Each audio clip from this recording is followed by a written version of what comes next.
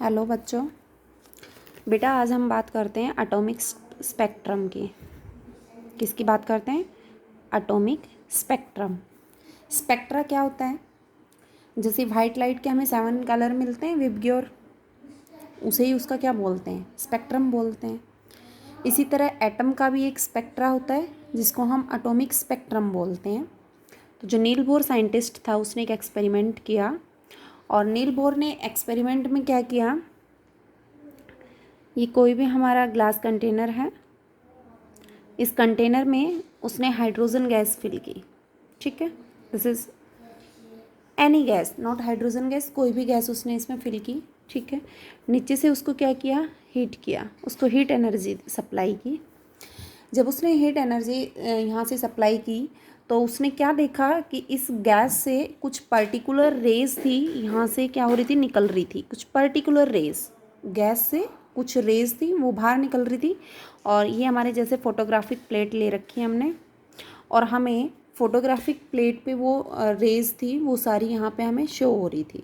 ठीक है, तो जहाँ पे ये लाइंस जो रेज है यहाँ हमें शो अप हो रही है, इसी को हम क्या बोलते हैं, उसका स्पेक्ट्रम। क्या बोलते हैं? स्पेक्ट्रम। ठीक है, अगर हमें सारे कलर्स दिखते हैं यहाँ पे, रेड भी दिखता है, वॉयलेट भी, इंडिगो भी, ब्लू भी। ठीक है, अगर हमें सारे कलर्स दिखते हैं that means this spectrum is continuous spectrum. और अगर इनमें से कोई पर्टिकुलर ही कलर दिखता है, जैसे और सारे कलर सारे यहाँ पे हमें कोई भी कलर नहीं दिख रहा, केवल रेड कलर दिख रहा है, या फॉर एग्जांपल हमने यहाँ पे केवल वॉयलेट कलर दिख रहा है, येलो लाइट दिख रही है, अगर एक पर्टिकुलर कलर दिखता है it means that spectrum is line spectrum. That spectrum is line spectrum. तो इसमें तो हमारा कंटिन्यूस स्पेक्ट्रम या कंटिन्यूस स्पेक्ट्रा क्या होगा, जब कोई भी वाइट लाइट है, कोई भी सोर्स से ली गई है, चाहे वो सन से ली है, बल्ब से ली है, या कोई भी हॉट ग्लोइंग बॉडी है, किसी से भी ली गई है, और वो पास करती है किससे? प्रिज्म से। फॉर एग्जांपल ये हमारा वाइट लाइट का सोर्स है। ठीक है, this is white light source.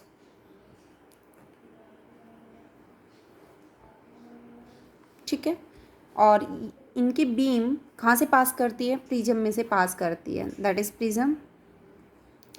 अगर प्रिज्म में से पास करने के बाद दिस इज फोटोग्राफिक प्लेट।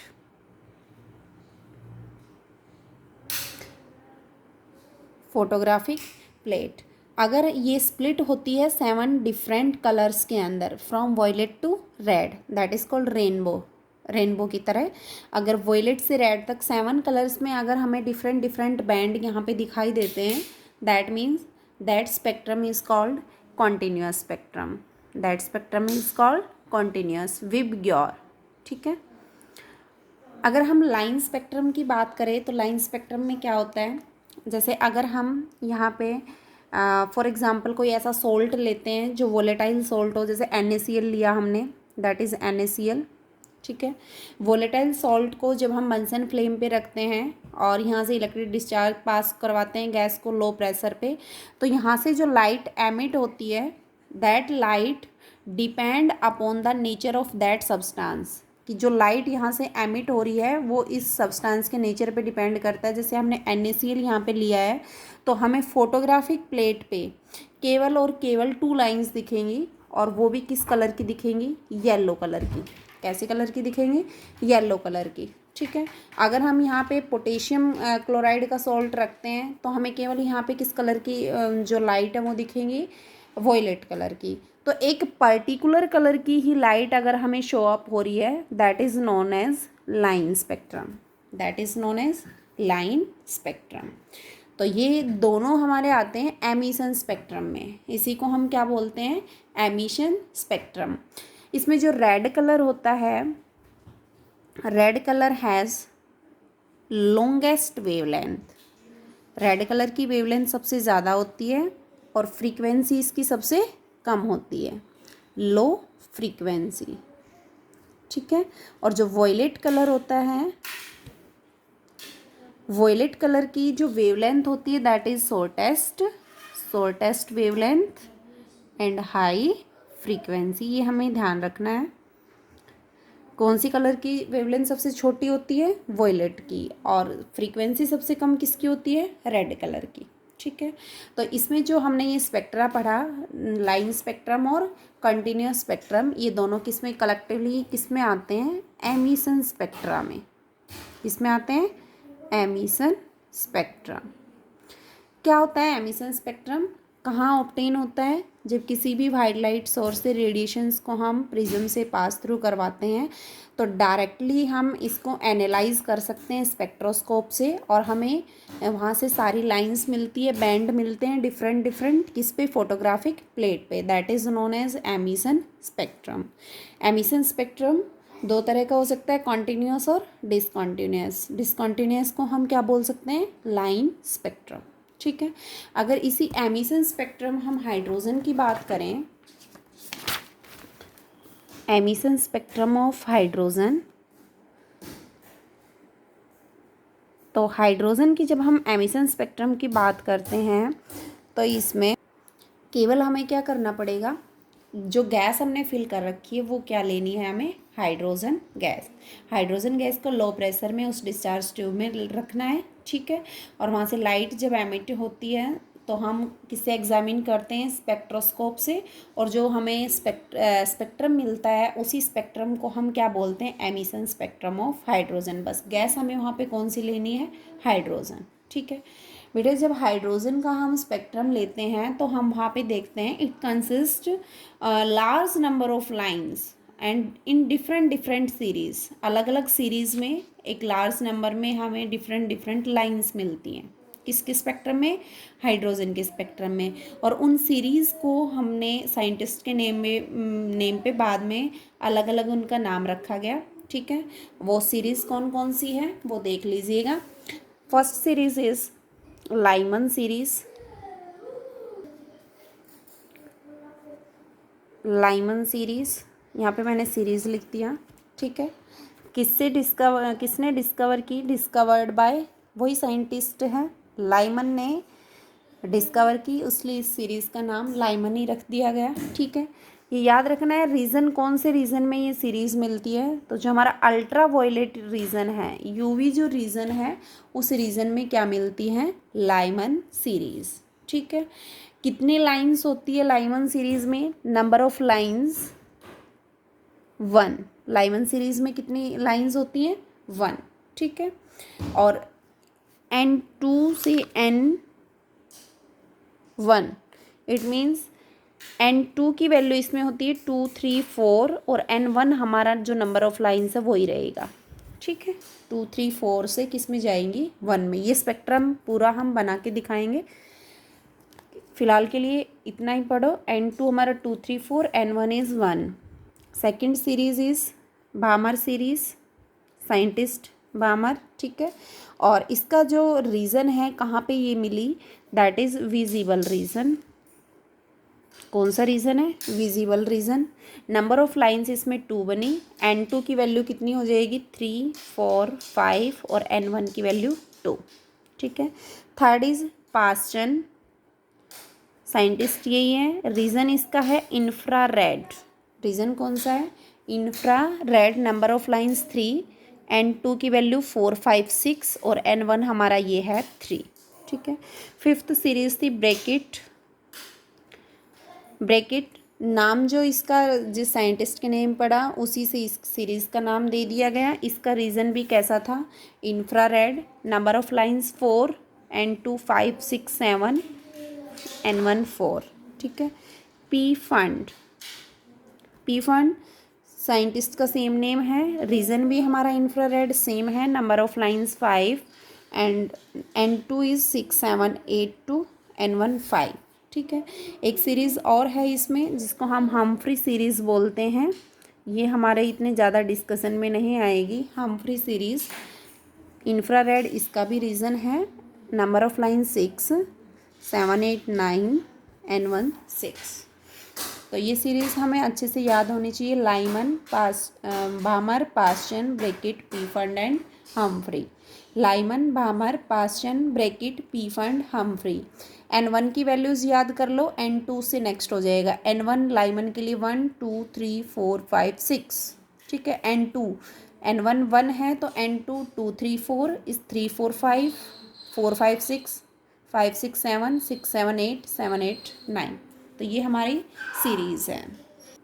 इसमें बेटा N1 क्या है और N2 क्या है। N1 is the lower energy state, N1 is the lower energy state and N2 will be equals to higher energy state। इसने ये बता रखा है कि इलेक्ट्रॉन जो है रेज हैं कहाँ से कहाँ तक जंप करेंगी। जैसे इसमें है N1 lower energy level 1, first energy level से सेकंड में, थर्ड में और फोर्थ में। और हम एमिशन स्पेक्ट्रम की बात कर रहे हैं तो कहाँ से कहाँ आएगी, 2 से 1 में, 3 से 1 में और 4 से 1 में। ठीक है। भामर में 3 से 2 में, 4 से 2 में, 5 से 2 में। ठीक है। कैसे ये क्यों आती है, ये एमिशन स्पेक्ट्रम क्यों बनता है, इसका क्या रीज़न है एमिशन स्पेक्ट्रम बनने का। तो देखो ये जैसे हमारा ये इलेक्ट्रॉन सॉरी न्यूक्लियस है। ठीक है। ये हमारी फर्स्ट सेल, ये second, third, fourth, fifth and so on. इनमें यहाँ पे इलेक्ट्रॉन्स हैं। ठीक है।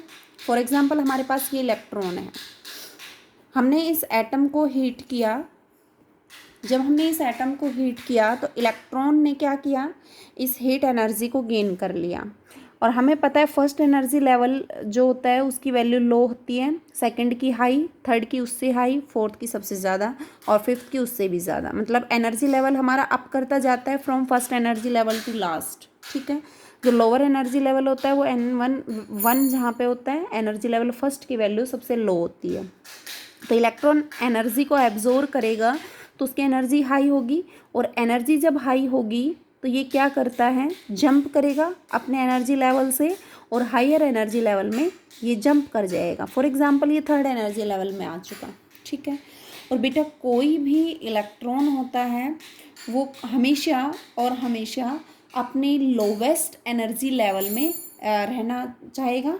Electron always try to remain in lowest energy level, so this electron release the energy or emit the energy in the form of radiations। जब electron energy को absorb करके higher energy level में ये यहाँ पे जंप करेगा। और मैंने कहा इलेक्ट्रॉन कभी भी हायर एनर्जी लेवल में रहना पसंद नहीं करेगा, वो हमेशा अपने लोअर एनर्जी स्टेट में रहना चाहता है। जैसे हम बात करें आपसे कि आपको कहा जाए कि आपको एक तो घर की छत पे जो टॉप फ्लोर है वहाँ पे उसकी जो छत है वहाँ पे जाके खड़ा होना है, और एक बोला जाए जो तुम्हारा फर्स्ट जो ग्राउंड लेवल है वहाँ पे खड़ा होना है। तो डर किस में ज़्यादा लगेगा, जो ऊपर टॉप फ्लोर है वहाँ पे डर लगेगा। लोवेस्ट पे तो हम इजीली वहाँ पे स्टैंड अप कर सकते हैं। तो इलेक्ट्रॉन भी लोवेस्ट एनर्जी लेवल में स्टैंड रहना चाहेगा, हायर एनर्जी लेवल से वो वापस क्या करना चाहेगा, बैक करना चाहेगा। ठीक है। और वो वापस जब रिटर्न होगा, बैक होगा, तो वहाँ से एनर्जी एमिट होती है। क्या होती है, एनर्जी एमिट होती है। Energy is emitted when it return back. ठीक है। तो जो एनर्जी जो एमिट हो रही है, इसी एनर्जी को हम, या ये एनर्जी किस फॉर्म में एमिट होती है, this energy is emit in the form of radiation. किस में होती है, इन फॉर्म ऑफ रेडिएशंस। और इन्हीं को हम क्या बोलते हैं, इलेक्ट्रोमैग्नेटिक वेव्स। क्या बोलते हैं, इलेक्ट्रोमैग्नेटिक वेव्स। तो यहाँ से पता चला कि एनर्जी एमिट क्यों होती है, एमिशन स्पेक्ट्रा क्यों बनता है। ठीक है। तो देखो यहाँ से एनर्जी लेवल थर्ड से कहाँ से आ गया, वो फर्स्ट में आ गया। ठीक है। एनर्जी एमिट करके। तो अगर सेकंड से फर्स्ट में, थर्ड से फर्स्ट में और फोर्थ से फर्स्ट में आ जाता है तो वो सीरीज़ हमारी कौन सी होती है, लाइमन। ठीक है। अगर थर्ड, फोर्थ और फिफ्थ से सेकंड में जाता है, सेकंड एनर्जी लेवल में जाता है, तो सीरीज़ का नाम भामर। ठीक है। फोर्थ, फिफ्थ, सिक्स्थ से थर्ड एनर्जी लेवल में आता है इलेक्ट्रॉन, ऊपर से थर्ड एनर्जी लेवल में आता है, दैट इज़ पास्चन। अगर फोर्थ में आता है तो ब्रैकेट, फिफ्थ में पी फंड। तो ये हमारा हाइड्रोजन का स्पेक्ट्रम है। इसको जनरली हम कैसे शो ऑफ करते हैं, देखो ये हम एनर्जी लेवल्स ले लेते हैं।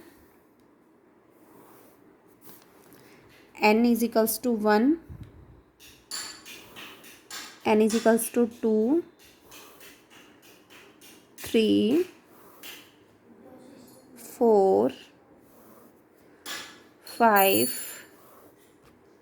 6, ठीक है, 7 8 जो भी है, ये हमने डिफरेंट डिफरेंट एनर्जी लेवल्स ले लिए फर्स्ट टू एट्थ, ठीक है। अब लाइमन सीरीज़ क्या होती है?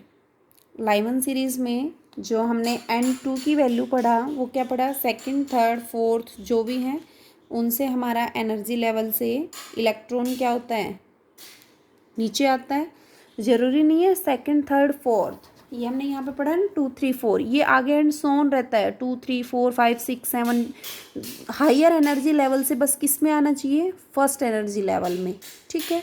3 4 5 6 7 8 9 जो भी हैं उससे कौन से एनर्जी लेवल में आना चाहिए, सेकंड में। तो भामर हायर एनर्जी लेवल में अगर थर्ड में आता है तो पास्चन। तो फॉर एग्जांपल हमने n इजिकल्स टू 1 लिया, n इजिकल्स टू 1 में जो भी जैसे सेकंड एनर्जी लेवल से हमारा आया, ये हमारा सेकंड एनर्जी लेवल से फर्स्ट में आ गया, या थर्ड से फर्स्ट में आ गया, फोर्थ से फर्स्ट में आ गया, फिफ्थ से, सिक्स्थ से, सेवन्थ से और एट्थ से। देखो इलेक्ट्रॉन कहाँ से कहाँ जंप किया, सेकेंड एनर्जी लेवल से फर्स्ट में, है ना। लोअर एनर्जी लेवल क्या है 1, थर्ड से फर्स्ट में, फोर्थ से फर्स्ट में। इट मीन्स n2 की वैल्यू चेंज होती जा रही है 2 3 4 5 6 7 8 एंड सो ऑन। लेकिन हमारा जो लोवेस्ट एनर्जी लेवल है n1 की वैल्यू क्या है 1, और जहाँ पे n1 की वैल्यू 1 होती है that series is known as Lyman series, that series is known as Lyman series. Reason कौन सा है इसका, यूवी। आया यहाँ तक समझ में। दूसरा हमने पढ़ा है भामर। भामर सीरीज़ में n1 की वैल्यू तो क्या है 2, और n2 की वैल्यू इससे ज़्यादा कोई भी हो सकती है, जैसे 3 से 2 में आया, 4 से 2 में आया, 5 से 2, 6 से 2, 7 से 2, 8 से 2 एंड सो ऑन, ठीक है। सेकेंड एनर्जी लेवल में अगर इलेक्ट्रॉन एनर्जी एमिट करके यहाँ पे आता है that is known as Balmer series. कौन सी सीरीज़, भामर सीरीज़। रीज़न कौन सा है इसका, विजिबल रीज़न, ठीक है। इसी तरह अगर n1 की वैल्यू हम 3 लेते हैं, इट मीन्स 4 से 3 में आता है, 5 से 3, 6 से 3, 7 से 3, 8 से 3, that is known as Paschen, Paschen series. Next अगर n1 की वैल्यू 4 है, 5 से 4, 5 6 7 से और 8 से, इसको हम क्या बोलते हैं, ब्रैकेट, जहाँ पे n1 की वैल्यू क्या होती है 4, ब्रैकेट सीरीज़। ये सब हमारे किस में आते हैं, इंफ्रारेड में, ठीक है। नेक्स्ट हमारा है कहाँ से कहाँ तक, अगर n1 की वैल्यू 5 लेते हैं, n1 की वैल्यू अगर हम 5 लेते हैं तो सीरीज़ तो क्या कहलाती है, पी फंड।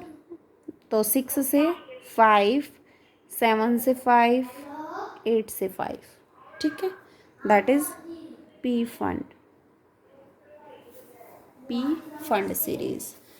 तो ये हमारे पास डिफरेंट डिफरेंट इलेक्ट्रॉनिक ट्रांजिशन है that is produce in hydrogen spectrum.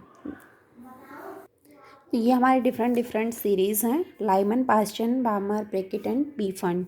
इसके लिए ये हाइड्रोजन स्पेक्ट्रम है, ठीक है। This is the electronic transition produced in different series in the hydrogen spectrum, okay. Next इसमें हम पढ़ेंगे बेटा Rydberg formula in next video. Thank you.